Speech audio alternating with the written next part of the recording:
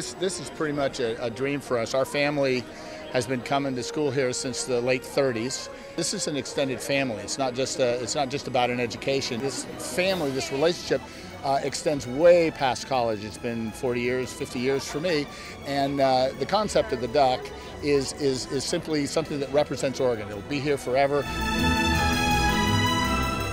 I was commissioned by the Clarey family to sculpt an 8-foot bronze sculpture of the duck. It's lost wax casting, and so the first bronze ever was made 6,000 years ago, and it was done pretty much the same way. I mean, now we've got welding tools, and back then they didn't, but it's pretty much the same.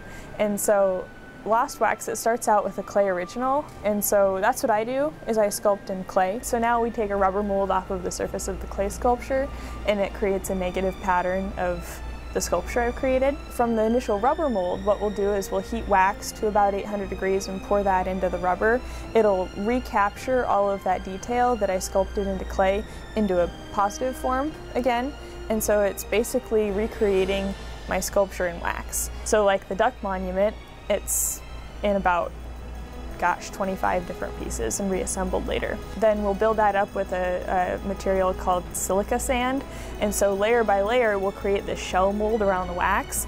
And so what that does is it can withstand high temperatures. So anyway, we have the shell mold with wax inside. We put it into a burnout oven, heat that to 800 degrees until all the wax is burned out of the cavity, but all of the artwork impression is still left into that ceramic shell. You preheat molten bronze to 2,000 degrees and then pour that into the shell, and it replaces where the wax was.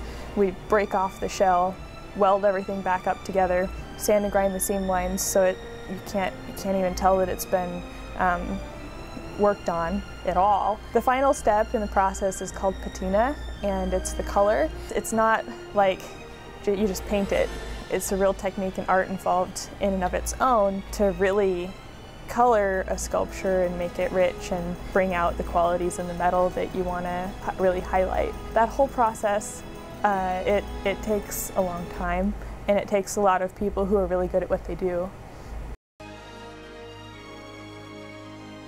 For us, this is our way of kind of paying it forward a little bit, and just showing people that the strength of the extended family that the University of Oregon represents.